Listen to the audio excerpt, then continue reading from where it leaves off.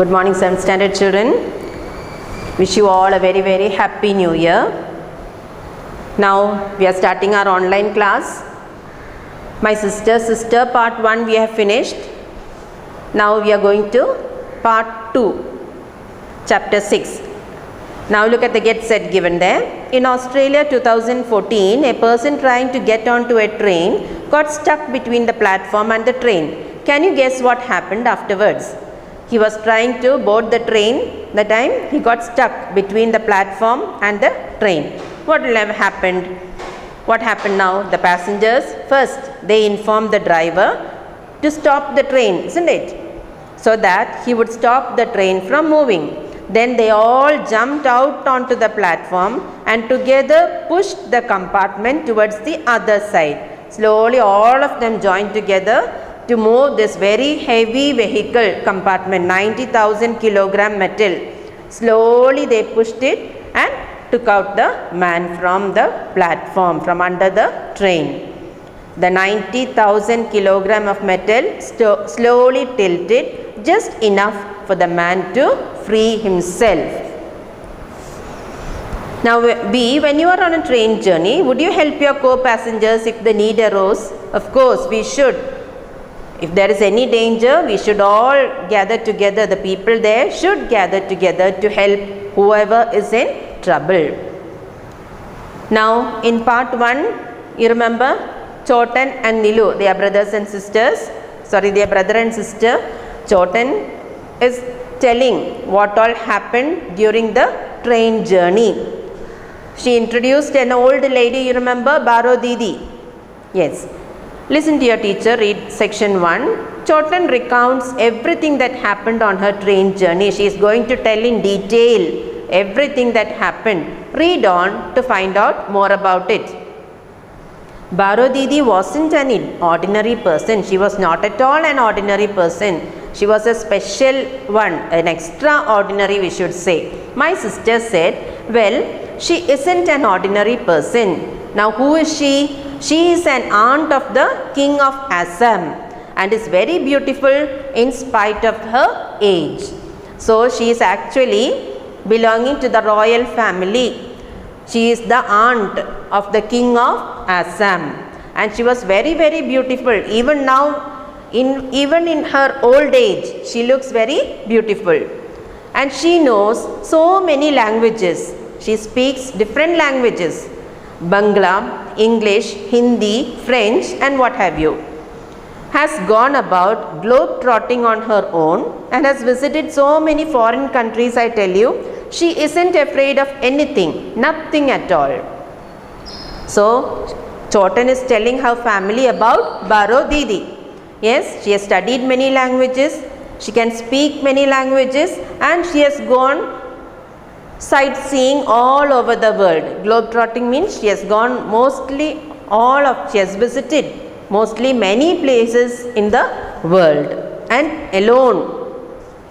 And she is not afraid of anything. Now did you know her before then?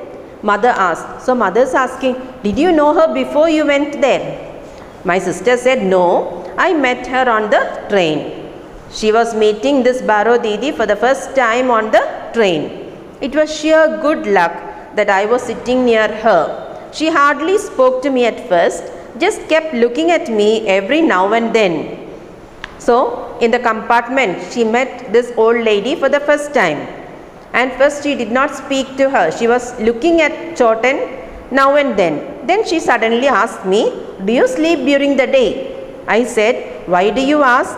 She said, I can't stand people who sleep during the day, especially during a train journey. So that is the first question that she asked Chotan, do you sleep during the day? So Chotan is asking, why are you asking me such a question? Because she said, I don't like people who sleep during the daytime, especially in a train journey. So in the picture, you can see on page 68, you can see the compartment is full.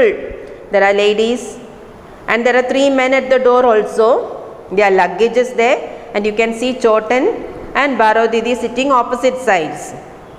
I laughed and said, I don't sleep during daytime. So Chotan said, no, I am not in the habit of sleeping during daytime. This pleased her immensely.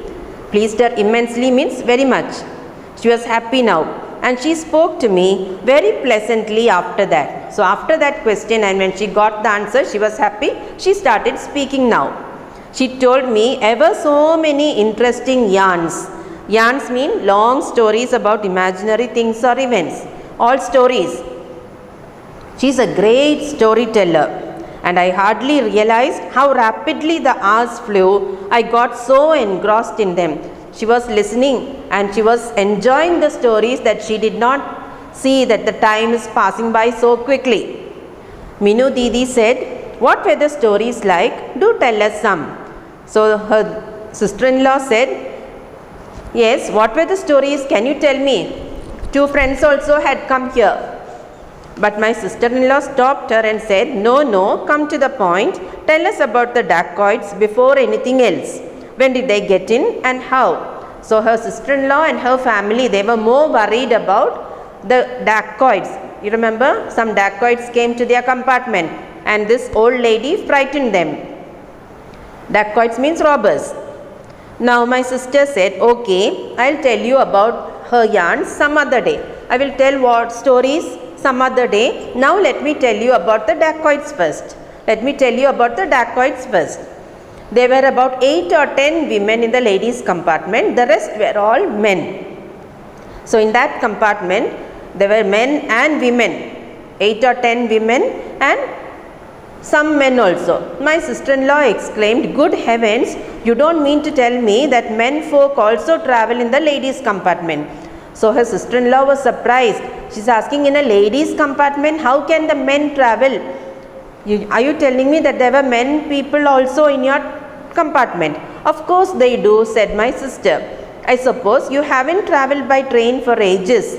That is why you know nothing about the things that happen these days. Nowadays, even in the ladies' compartment, the men also travel. So you don't know anything about the train journey. You are always not going out. That's why. No one cares a hang about rules and such things. Cares a hang means no one is concerned. Even if we tell the ticket examiner, he'll only say close your mouth and sit there. I remember telling a ticket checker once, there's a regular mob in this compartment. Can't you make them move elsewhere? So once Chotan had told a ticket checker that there is such a big crowd in the compartment. Can't you make the people move to the another compartment? And what did the ticket checker say? The ticket checker merely shrugged and said, no, I can't, although I know for certain that many of them are travelling without tickets. The ticket checker knows that many of them are travelling without buying the tickets. Without tickets they are travelling. And well then, Baro Didi said, let them remain during the day if they want to. I'll make them get down once it is dark. So the old lady said, okay, till evening, till it becomes dark, they can stay in this compartment. After that, I will see that they all go away from this compartment. I was quite astounded at her words. Astounded means surprised or astonished, and said, but Baro Didi, are they going to listen to you? So Chotan was surprised. Will they listen to you? Will they go if you tell them to go? Baro Didi said, of course, they will listen if I tell them properly. A lot of men are given to snoring, and I can't sleep at all when there's a snorer around. That is why I don't travel by the general compartment and always go in for the ladies' compartment.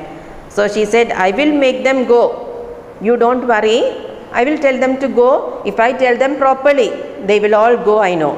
And she doesn't like people who snore and snore in the sleep.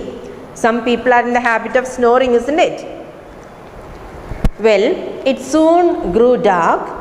Baro Didi got up from her place and said in a real commanding tone, look here boys, you had better get down now and find a place somewhere else.